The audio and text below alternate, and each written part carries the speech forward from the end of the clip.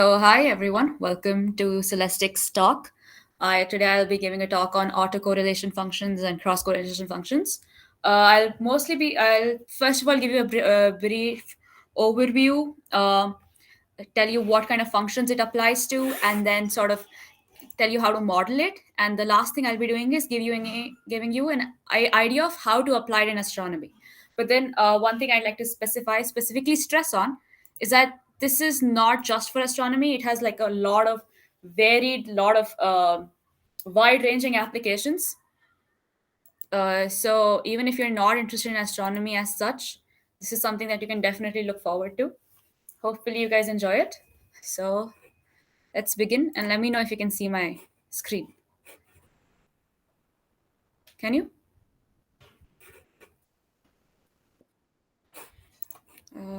Screen, yes. Okay, thank you. Also, I'll be happy if one of you could just like speak it out, because then I'll have to keep switching tabs every time I think there is any question or something. So if there's any question, just like someone unmute and tell me there's a question, I'll look into it. Okay, thank you.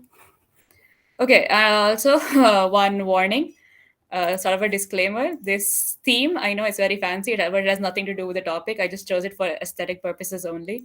I just thought it was kind of neat, and I was a bit miffed at having to present it all. So let's begin. Correlations and why we care about them. So, correlation, as you can sort of assume or understand from the word itself, the idea is that you are finding the correlation or some sort of a relationship between two things. So, one thing that's important is that there are two variables. Now, this is the agenda, and by this being the agenda, what I mean is, I hope that by the end of this talk, you'll be able to understand what is going on in this image, right? So there's three terms here: convolution, cross correlation, and autocorrelation. You can also see there's like two signals or two functions, f and g. F is a square wave, g is a sawtooth, I believe. And you can see that there's some sort of operations happening here. Convolution is an operation, cross correlation is an operation, and autocorrelation is an operation. So you'll be able to understand by the end of it what is happening and what are the changes you're observing in the two functions g and f, specifically based on how you are taking the thing. So one thing you can notice very specifically is that the order of f and g seems to matter in cross correlation and autocorrelation. So let's begin. Correlation. The idea of correlation is that you are finding an association in bivariate data. So, like I mentioned before, also there are two variables, and you're trying to find a relationship between the two. Now, these formulae, yeah, they look a little bit big, but that the idea is very simple. So you are defining the strength and the direction of the linear relationship between two variables. So again, it's just a linear relationship. You have two variables, and you're finding how they depend upon each other with their strength and their direction. So it matters whether it's a negative correlation or a positive correlation, because the direction is what matters. So if it's negative, then you're showing that there's a inverse relationship between the two of them. If it's positive, you're showing there's a positive relationship between the two of them. Here we're taking it sort of like a covariance. The formula you can see is covariance of x and y, the two variables, upon their standard deviations. So another way you can sort of, it has been mentioned or it has been utilized, the word correlation, is to say of like a normalized covariance. So by dividing the covariance of the two variables by the standard deviations, you're sort of normalizing the covariance and to a more palatable form, so you can understand it better and you can apply you can bring it into more of a statistically valuable form, right? But then let's not focus on correlation as much, because this is not just what we will be focusing on. We'll be focusing on something that's known as correlation functions. So the idea of a correlation function is okay. The idea is that you have two functions, x and y, or let's go back here, f and g. You have two functions, f and g, and the idea is that you're performing some sort of an operation such that you're producing a third function here, g of f or f of g. The idea is to obtain a third operation, third function from the first two functions, as such, where you are and it can be either cross correlation or autocorrelation. So now the what is the difference in cross correlation and autocorrelation? It's not much cross correlation. Of course, the two variables are different. They're distinct. The two random variables have nothing to do with each other. As such, autocorrelation, the two variables are the same. The only difference is they're taken at two different times. So, first thing we have to understand is that the f and g, or the two variables, or the two functions that we're taking, are product of time, or a function of time. So, another reason why this is called a time series analysis. So, the correlation comes under time series analysis because the functions that we take under purview, or we consider, are time functions, or a function of time.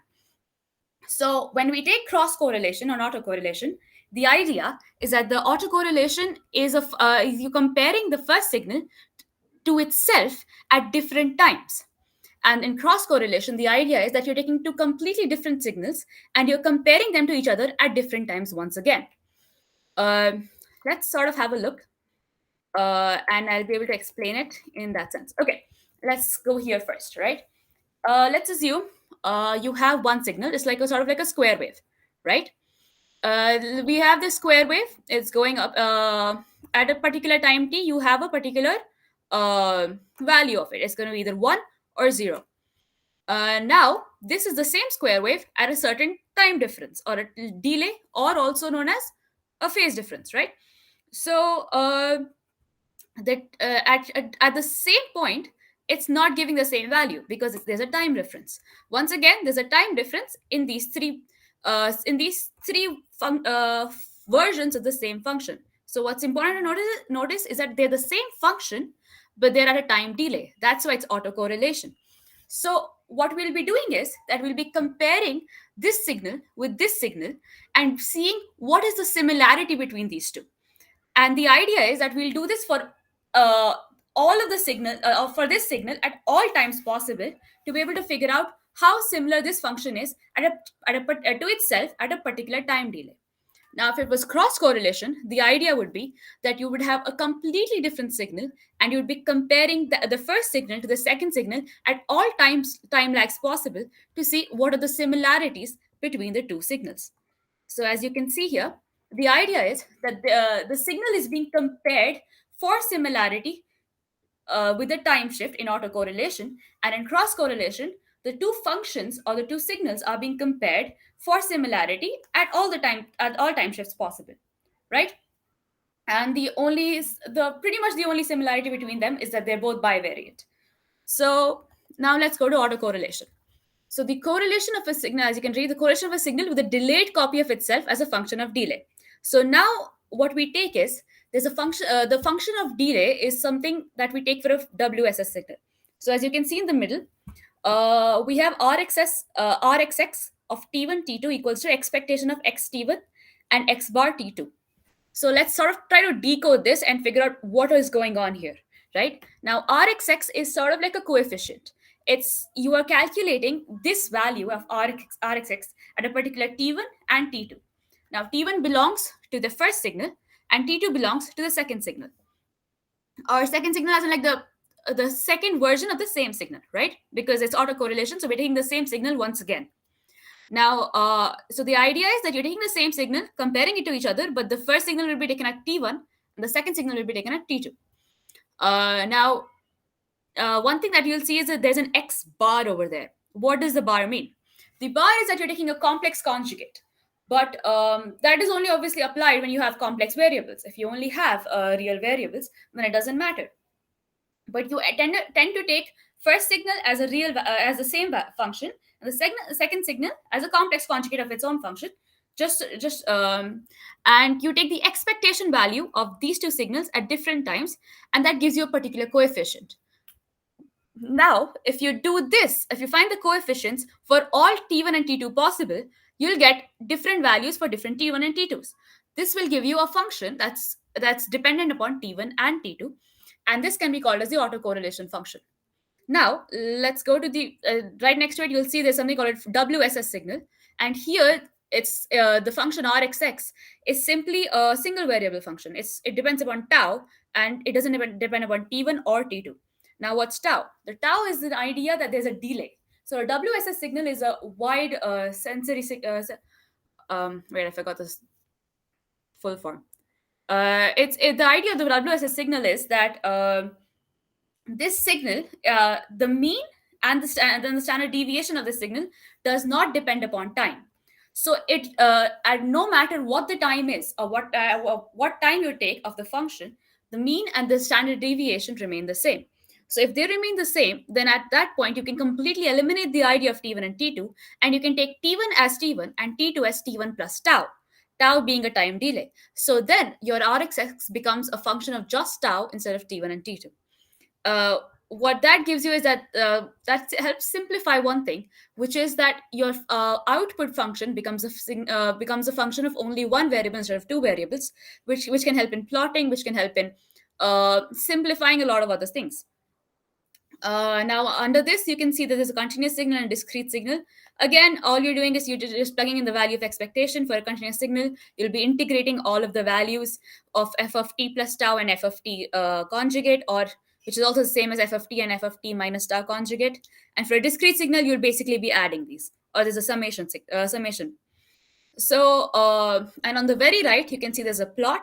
So the first plot is basically you have a lot of data points and a data set, and you can't actually figure out any sort of a how should I put this? Yeah, any sort of a pattern as such. But after taking the autocorrelation function, you can see there's some sort of an sinusoidal pattern available. So that can help you figure out periodicity, or basically figure out if there's a periodic signal that is buried somewhere under your noise. And this can also help you identify missing fundamental frequencies, or help you. That's actually one of the main reasons why we use autocorrelation function in astronomy and astrophysics, which is to find the periodicity in a given signal that we're receiving from some sort of a telescope or some sort of a data set. We have a signal, but there's a lot of noise. We cannot figure out what is going on. So autocorrelation function can help you find the signal that is buried inside. Now let's talk about some properties of autocorrelation. So there is something known as symmetry, which is that ACF will be symmetric around the time lag of zero, which is also related to peak at zero lag, which is to say when there is no lag of zero, obviously there'll be a peak there. Why? Because then you're just comparing the same signal to itself without any delay. So what you'll get is that the coefficient that you will get is going to be 1, or it's going to be 100%. So it'll be perfectly correlated. There'll be no time shift. That's why there'll be a peak at zero lag. Similarly, at symmetry, that is t plus tau or t minus tau, you will get minus t and t. You will get a completely symmetric function, which is to say that the function is also even. And then there's a periodicity detection, like I was saying, that you can observe that there are underlying periodic patterns or cycles in the data itself, which is one of the applications of autocorrelation function actually. Let's also go to decay. Okay, so that's what it says is, as the time lag increases, the ACF typically shows a decay in correlation. So as the time lag becomes larger, you will see that the correlation will decrease, or the correlation of the signal to a signal that is available at a much larger decay or time difference will have very little or very low correlation to the original signal. Now, as I was saying, positive and negative correlations.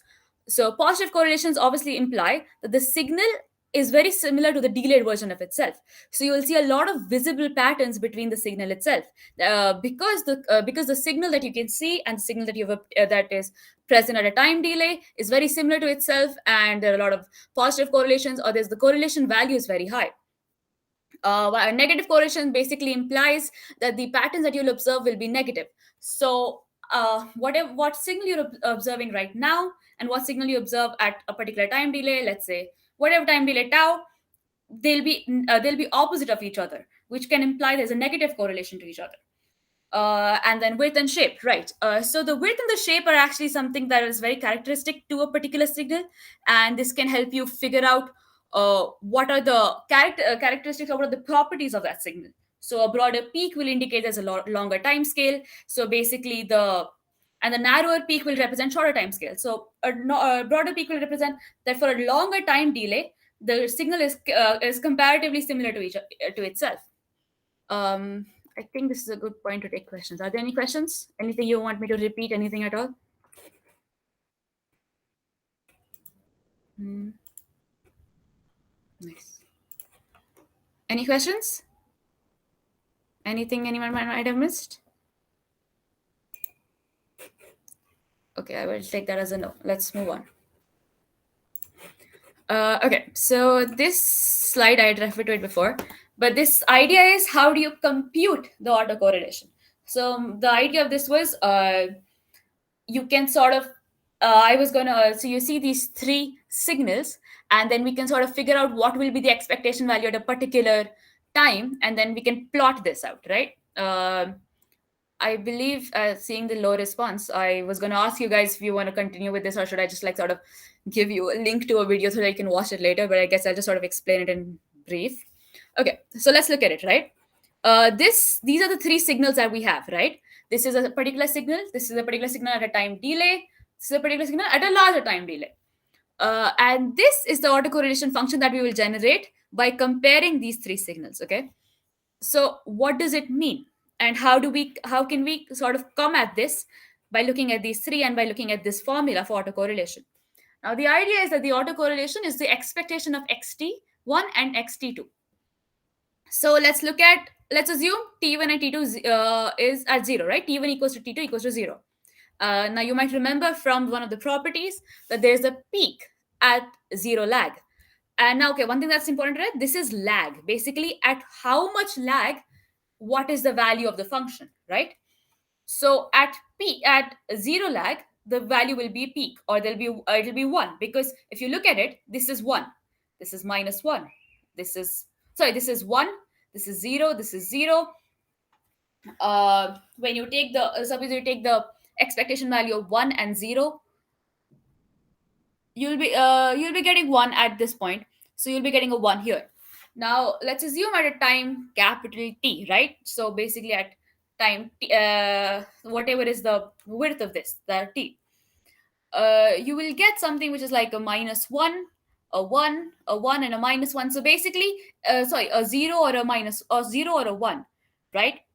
And it'll be 0 at half the points, it'll be 1 at half the points. So you'll be sort of getting like a negative correlation here, and it'll basically be decaying as you go away from 0.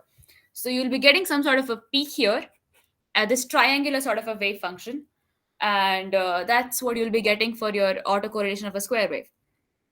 This is, I guess, this is basically what you'll be getting for an expectation value of 3, if it was a 3 and 1 instead of 1 and 0. So instead of that, we'll be getting like a 5. This will be the same signal, it'll just be transposed up from 5 to 4, and but the idea is that the shape will remain pretty much the similar. And now let's go to, okay, autocorrelation, power spectral density. Now, does anyone here know what a power spectral density is, or should I be explaining that as well?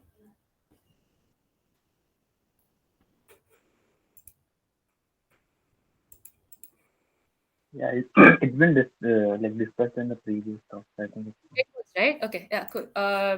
So okay, I'll just sort of like explain it in brief if you want. So the idea of a power spectral density is that you're plotting a way where which shows that at what particular frequency, what power you have obtained from the plot, right? So you have a particular function, and this particular frequency, what is the power, or what is the energy of that particular plot?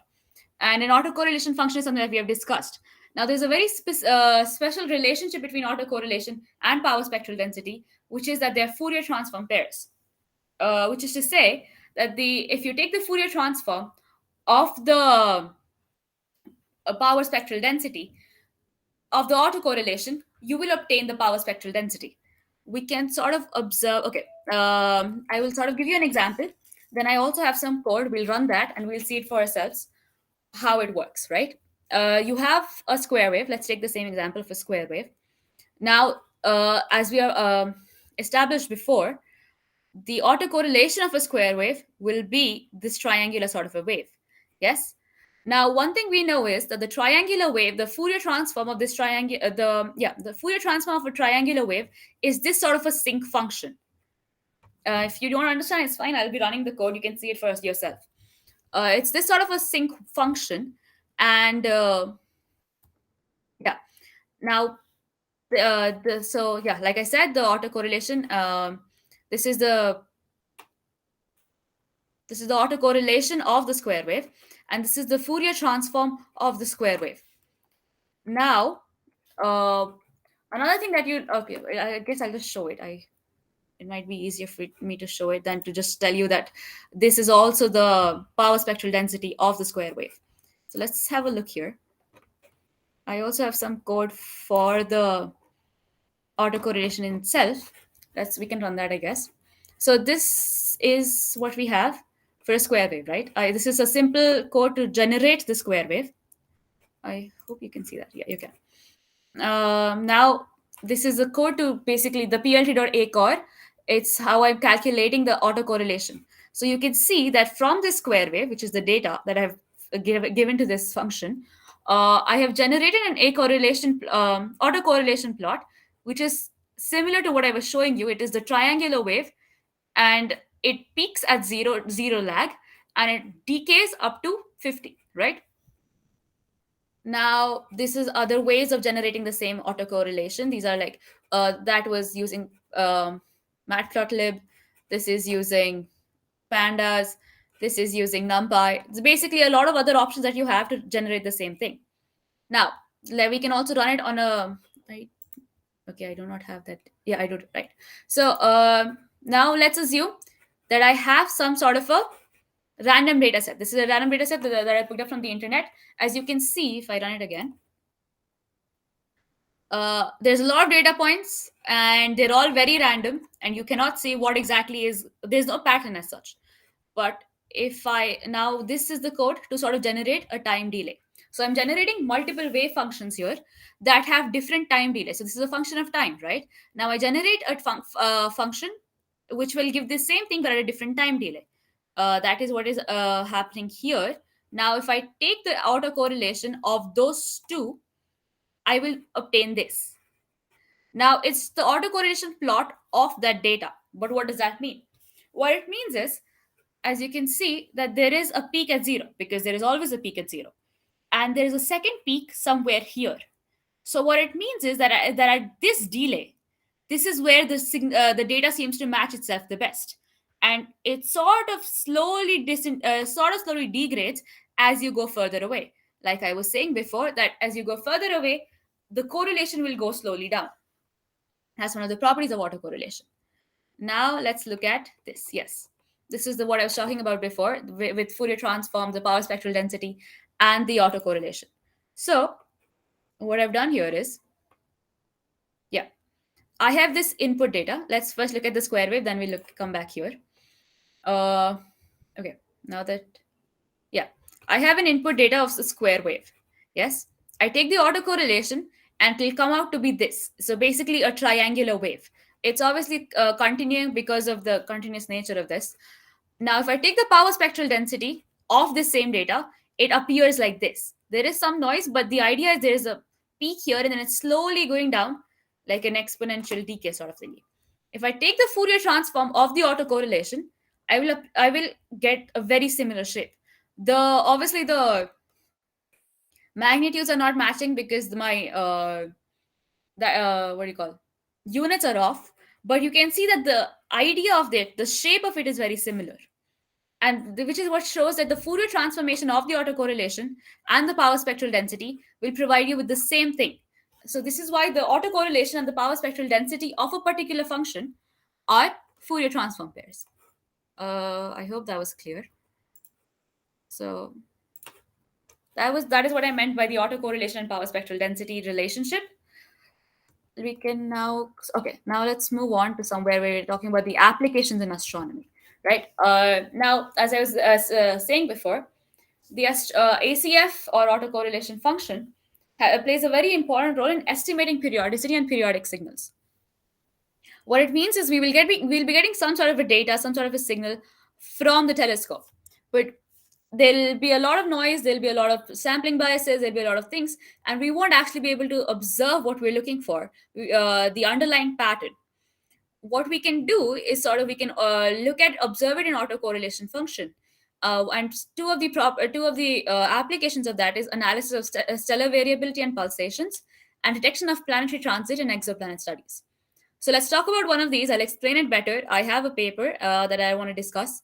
I was also looking into sort of downloading the data from Kepler and showing you, but it there were some errors. I'm sorry, I couldn't really realize that. But I can show you what they have gotten and what is their result, and explain it to you how autocorrelation function is helping out there, and what is the exact job it's doing. So let's talk about the analysis of stellar variability and pulsations. So the idea is, they're trying to measure the rotation period of M dwarfs. M dwarf is a particular type of a star that is, it's actually one of the most common stars, but it's a particular kind of a star. And the idea is they want to observe what is the rotation period, and or how much time it takes for the star to rotate about its axis, right? Now, one of the ways that we do this is by measuring the sunspots or the star spots, right? So you will see that whatever data you're getting from a star, there'll be a light curve. It'll be some sort of a light curve that actually, I can show you the light curve at least. That much I can definitely do. Hold on. Yes, here. Let's look at this. This is something I plotted a while ago. I hope the light curve is still there. So this is the yeah. This is what you that this is what you obtain from the telescope. This is the light curve. Now, obviously, there's not much we can get from it without any sort of processing. But the idea is, this is the time. This is the number of days that we have observed it over, and this is the flux, or flux is the basically the how the what how the light intensity has changed over time. So you can see there are ups and downs and ups and downs, but we can't really infer anything from this. But the idea is that the flux, why you have to understand why the flux is changing. Why is there a difference in the variable? Why is there a variability in the intensity of the star itself? So what happens is, the surface of the star in itself is not very uniform. There'll be flares, there'll be star spots, and the every part of the surface won't shine with the same intensity. You must have heard of sunspots, which is basically certain regions of the sun are dark. They don't emit as much light, and they're also cooler than the other regions. So they're called sunspots, and they're darker. You can, if you go close enough to the sun, you can actually observe them as, if you can actually see past all the light that it's emitting, not from your naked eyes, obviously, but then you can see that there are certain parts of the sun that are not as bright as the other parts. So that's what is also happening with us with other stars. Some parts of the star are not as bright as the other parts. So we keep a lookout for these kind of star spots, and we see that where is there a variation in the light, in flux of the star. And if we observe the same variation in the light curve, we know that the star has rotated, and the same sunspot has come into our view once again. So the star is rotating, we'll see a star spot at a time, and after the star has rotated, we'll see it again. So if you observe that the same signal or the same pattern has appeared again in the signal, we'll be able to sort of infer the star has rotated completely, and the star spot has come into our view once again. So that is how we are measuring the rotation period of a star using the stellar variability or pulsations, or the appearance of star spots. So this is basically just a sort of an idea. This is not an actual data. This is something that they had simulated.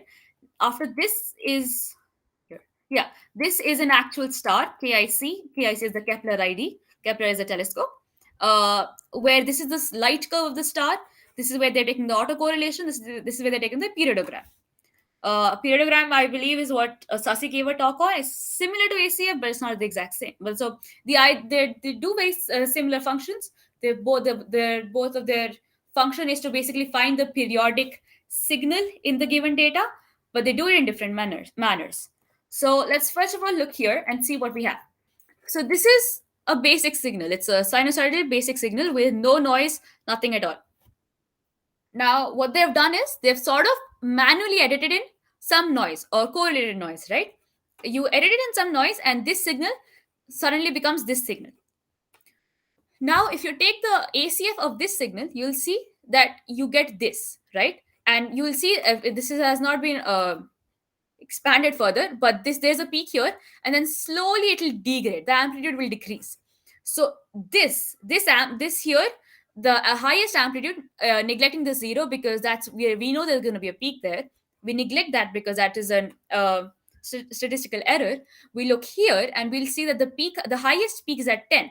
So that implies that the periodicity of this signal is 10. As you can see, like the difference between these two is 10. So we know that the periodicity of the signal is 10. Now, if you take a noisy data, you're going to get a very similar thing.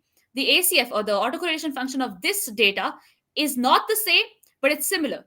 And it's still usable, and you will be able to see that the peak once again comes at 10. So it can tell you that the periodicity of this data, which you can't actually infer from your naked eye, is actually that it's 10.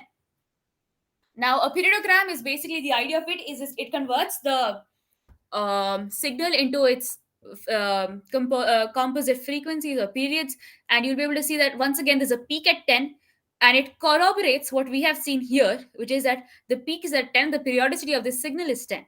And once again, similar result, we get that the idea that we now have confirmed that an ACF can in fact tell you what is the period of a certain signal, even if the signal has a lot of noise.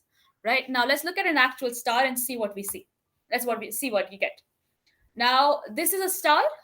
We have a light curve that we have observed here. This is actually a fairly uh, not fairly clean data. There's no noise. After this, I'll show you some other light curves that have a lot more noise, and that's where the variability comes in. So that's where you're not very sure. You have to do a lot more cleaning. You have to look at the actual data. You do a lot more processes that are not just ACF to be able to confirm what you're seeing. But here you can see, if you take the autocorrelation function of this curve, you are getting this sort of a signal. And the peak is at exactly at every 20, right? The zero, if we neglect, we'll see that at the highest peak, in fact, is at 20. And after this, also the higher peaks, they're coming at an exact difference of 20. What it tells you is that the periodicity of this signal is 20. And we can confirm this by looking at a periodogram, which says that we have to ignore the first that, because once again that is an error like this zero, and we'll see that the second possible peak is at 20. So it confirms that our periodicity is in fact 20, and this star rotates in about 20 days. So that is how we can actually apply ACF and periodograms to stellar variability. I'll show you this very paper. I'll show you the other stars as well, and we can sort of have a look of how this is actual data. We can see how we're actually using this thing to figure out the periods or rotation periods of stars. Okay, this was the one that I had just shown you, this KIC 491. Now let's look at this one. This is not as clean as the other one. There's a lot of noise here. There's a lot of variability also here. There's also some linear trends. So this is a completely linear trend. Now what is happening here is, if you read the caption below, you will see that this is actually because of flares. So now a flare is something that's completely unpredictable. Now the star, sometimes it just ejects some coronal mass, it ejects some, and it's like an outburst of light and heat. So because of that, there'll obviously be some variations in the flux itself. Now these are variations that are not periodic, and they're complete noise to our data. So we have to neglect those, we have to remove those. And what we can see is, this is the kind of a ACF we are observing here, right?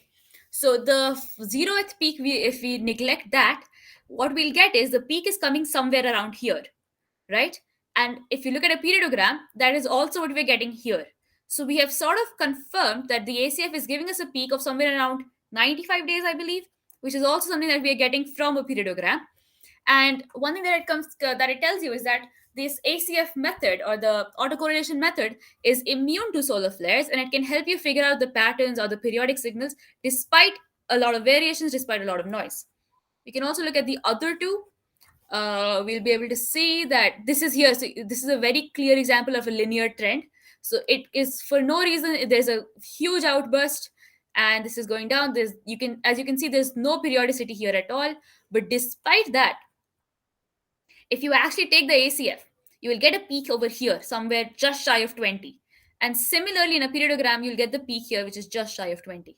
And you can see that you're getting the right answer, despite there being a lot of variations.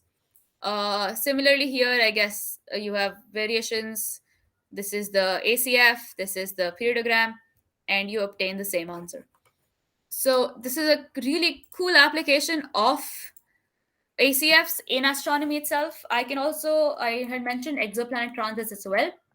That is something that Sasi had taken before. He had looked at test data and he had shown you how you can use the the periodograms, yes, Lom's square periodograms to observe the detection or detect the planetary transits and confirm whether or not there's an exoplanet in front of the star.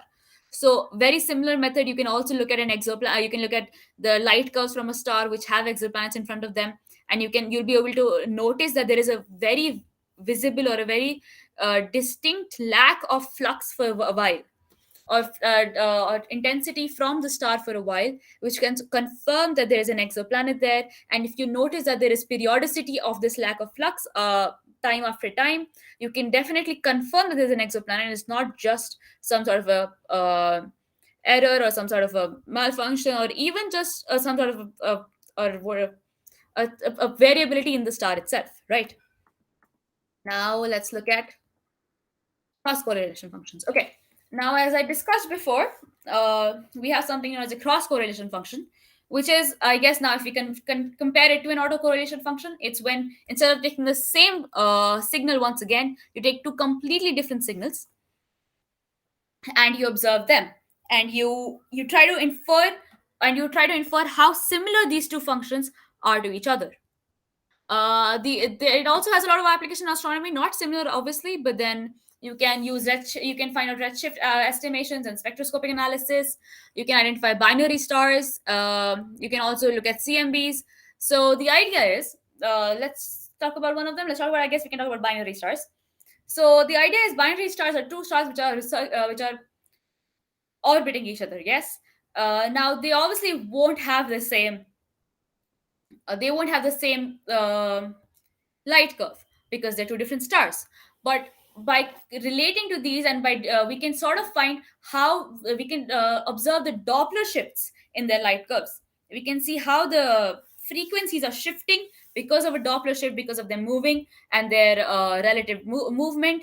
And we can observe this Doppler shift, and we can pinpoint this periodic shifting in their of frequencies in their light curves using cross correlation function, by seeing how similar they are, how often these shifts from red to blue or blue to red is happening, and whether or not it's being reflected in both of the light curves. And we can study how they're orbiting, how far apart they are, what is the distance, and how long it takes for them to orbit each other. So this is one of the coolest applications of cross correlation function in astronomy, where we're looking at two light curves, two functions, separate functions, comparing them to each other and seeing how similar they are to each other. I guess that sort of clears up the application in astronomy. I believe I was going to end here, but I do have a couple more slides. As I had mentioned before, that I want you to be clear with what is happening in here, right? So but what I didn't cover was convolution, because Sasi had already covered it. But I had this one point that I wanted to make with respect to correlation. What is the difference in convolution and correlation? So let's first look at the quote that this I picked this up from somewhere because I really liked what they were saying. So what they were saying is that both correlation and convolution are sliding inner products. That is, they're both an operation that is happening to two functions, right? But it's happening over a time over like by sliding they imply that it's happening over a time variation. So this operation happens to them over a time variation as the time shifts, and you project one function onto the other as the time varies. But what's important is that the convolution is used to transform the data. But correlation, the idea of correlation is to find the similarities, or you find something that's smaller within a larger thing and you match them. Let's look at the figure and see what we can see, right? So the convolution is, you have F and you have this G. Now, when slowly, suppose you imagine that G is passing over F, what will happen is, first you will get this peak, right? And this will sort of give, and it will slowly go over here. This will be full, this will be zero, so you'll get like a zero. You multiply them, and then slowly when you take a product of these, you'll get that as this passes through this, their inner product sort of increases exponentially and then it decreases slowly. I'm sorry. Um so you get a function that is a sort of a composite of these two functions, and that is what is convolution. And what's one thing that's very interesting is that f of g and g of f are the exact same in convolution. When you look at cross correlation, the idea is that you're trying to look at what is the similarity between this and this, and as look at what is the similarity between f and g, and you'll be able to see that as if you take g of f or f of g, they'll have negative correlations to each other, because as for g of f, there's a peak here and there's a peak here, so it will slowly increase when you take g of f. But if you take f of g, which is the other way around, the peak will be sort of peak will be on the other side, so you'll see an increase that is exponential here, and then there'll be a slow decrease on the other side. In autocorrelation, obviously, you can't take f of g separately, so you'll be taking an f of f, as we discussed before. This square will become a triangle, and in g, this sawtooth will sort of become like a pyramid, I believe. But yeah, that's the idea, that in convolution correlation, that they're both the idea is that both of the functions are affecting each other, but the goal of both of them is very different. So I guess that is where I would like to end my talk. Are there any questions?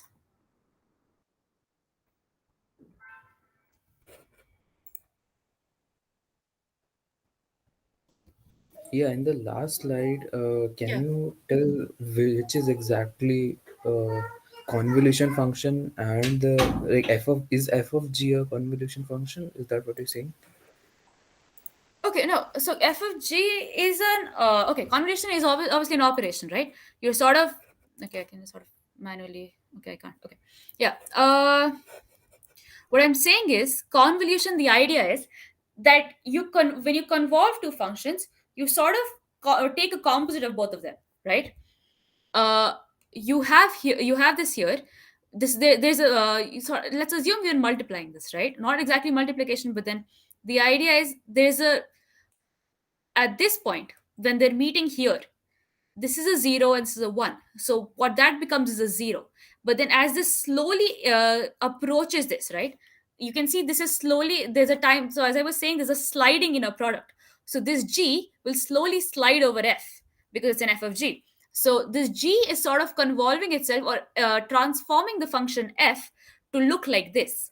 So the g will slowly convolve or move towards f, and because of these two functions, they'll both be contributing to the final product, or the final function f of g, and it'll sort of like they'll so as you can see, this is g, right?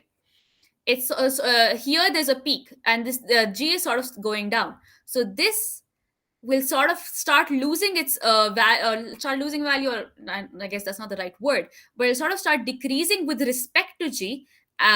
But because of this, because the peak is on this side, it'll lose it slower. But when it crosses over this boundary, it'll reduce slower, because the peak is on the other side. The slope is on the other side. So the idea of the convolution is you have two functions, and you merge them together to sort of obtain a third function that is a composite of both of them. Does that clear it, or should I? Yeah, okay. So the idea of this slide is that when you take the convolution of two functions, you get both f of g and g of f as the same function. But when you take cross correlation, it's just flipped, so as to say, and It's not okay. So it's not autocorrelation. just flipped. So because when you're taking at cross correlation, right, you're looking at what is the similarity. So because G is so different, if G was sort of like a triangle, right? It was just triangle, then it would be symmetric on both sides. But because G is so different, you are looking at the similarity between the two of them over time. So at a particular time, for both of them, as I was saying before, right? It's T1 and T2. So you sort of fix F, and for this particular at this F, at this T1, you take all values of T2, and then at this at T1, you take all values of T2. So you sort of take a function where they're both You see how similar they are at different values of each other, and you sort of obtain a product which shows you where how they're changing to each other. That's correlation. You're finding a correlation or relationship between the two of them. In convolution, the idea is not to find a relationship. The idea is to obtain a product or a function that is a mixture of the two of them. So direction is important in correlation because you're finding out the similarity, and when you change it, it's going to flip. But in convolution, it's not going to change because the function is sort of like, it doesn't matter where you approach it from, the product is going to be the same. It's a mixture of the two of them. Okay, nice. I guess the idea is basically that what you're using it for. At the end of the day, you're performing a very similar function. Are there any other questions?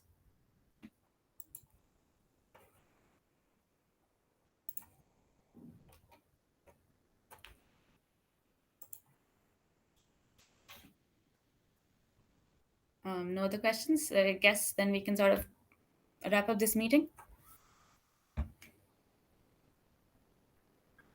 Okay. Yeah, of course. Which will be? Yeah, so yeah, basically the idea over there is that you take the autocorrelation function and Mm-hmm. like there is no universal way of choosing the tau value which you said, Yeah. and it's mostly related to the last part which you discussed, the cross correlation. I think you rushed that part.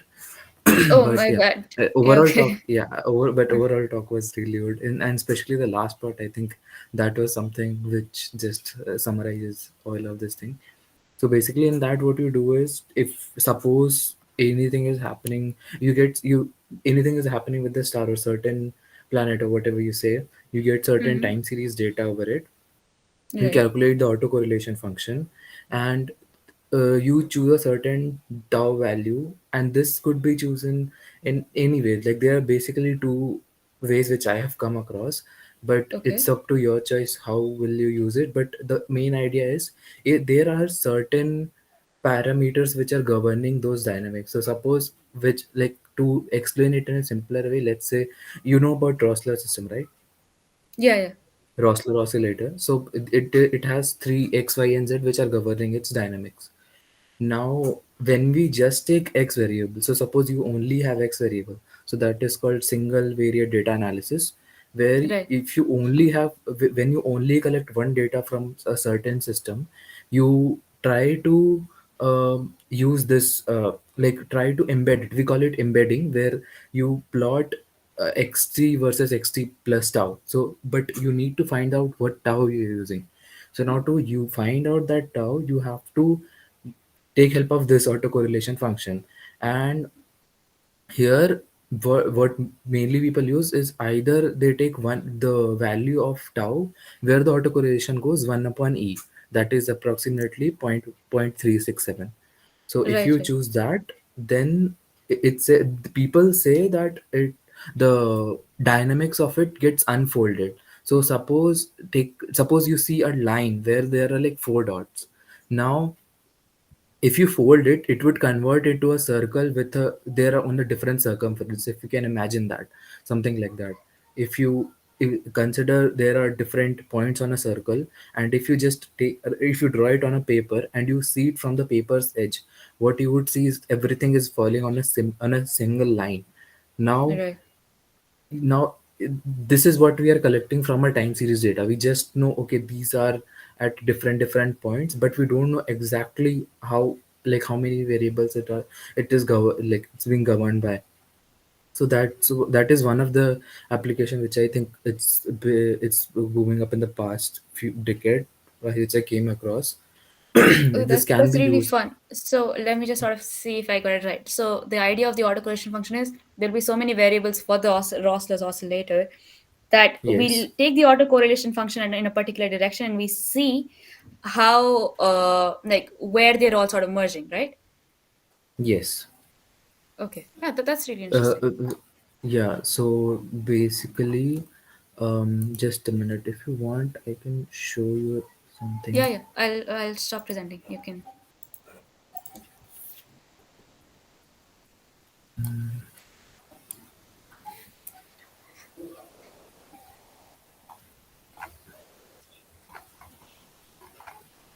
Yeah. Um, can you see this? Yeah. Yeah, so basically here, um, yeah, so this is the Rosler system.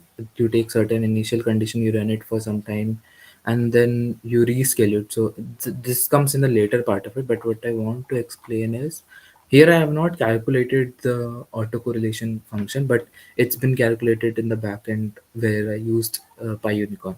So this is the original, the phase plane of it, xy, Right. Right. yz, and z, zx.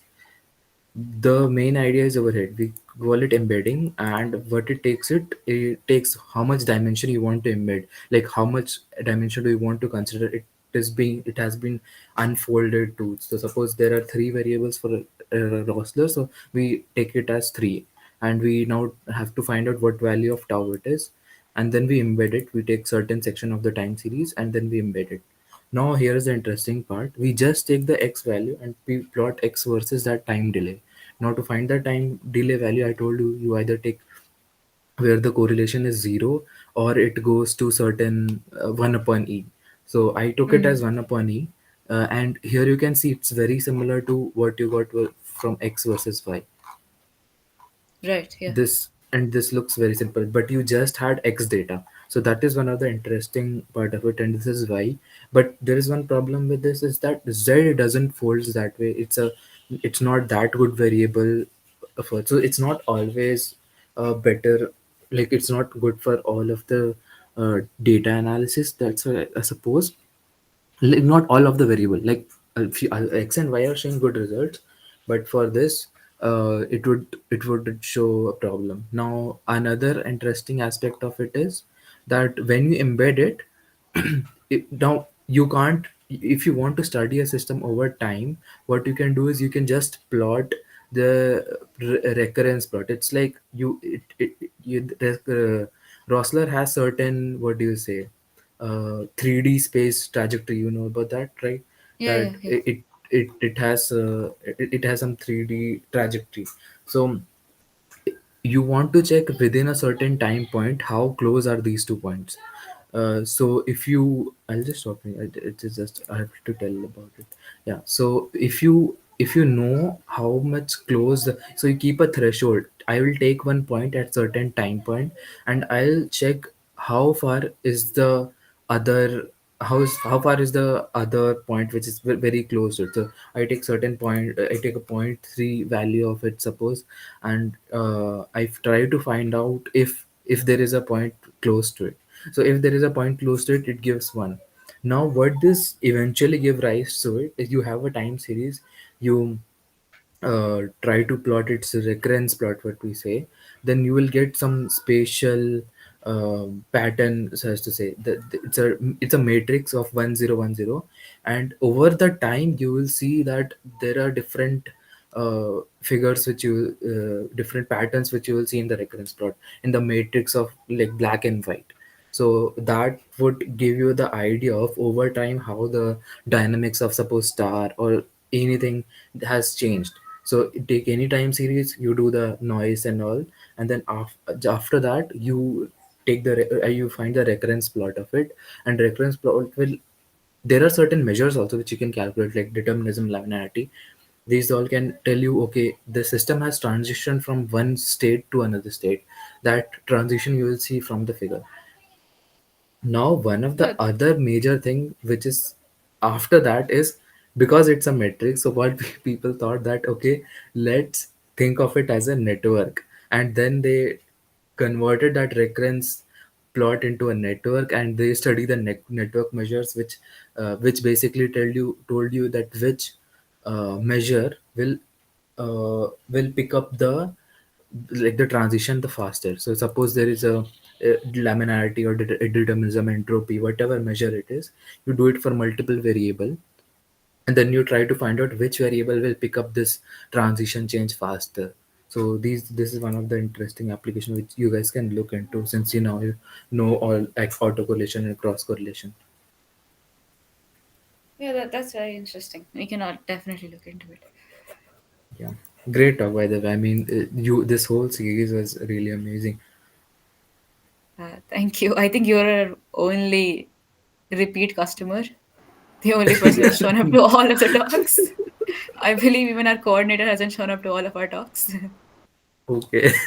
No, That's no, I was just this kidding. is pretty No, yeah, interesting, and yeah. it's just good to see you guys working on it. So yeah. By the way, Shivam, the graphs that you've shown, those things are from that complex, sorry, non-linear dynamics course itself, right? That Ambika ma'am taught beforehand. Yeah, it's like I have, like, right now I'm working with one of her old student from ICER Pune, so that's why he gave me the. But those are very simple. Like, yeah, it's basically I got first time I came across that, and that with this plot, it's in that course itself. Yeah, cool, cool. Yeah.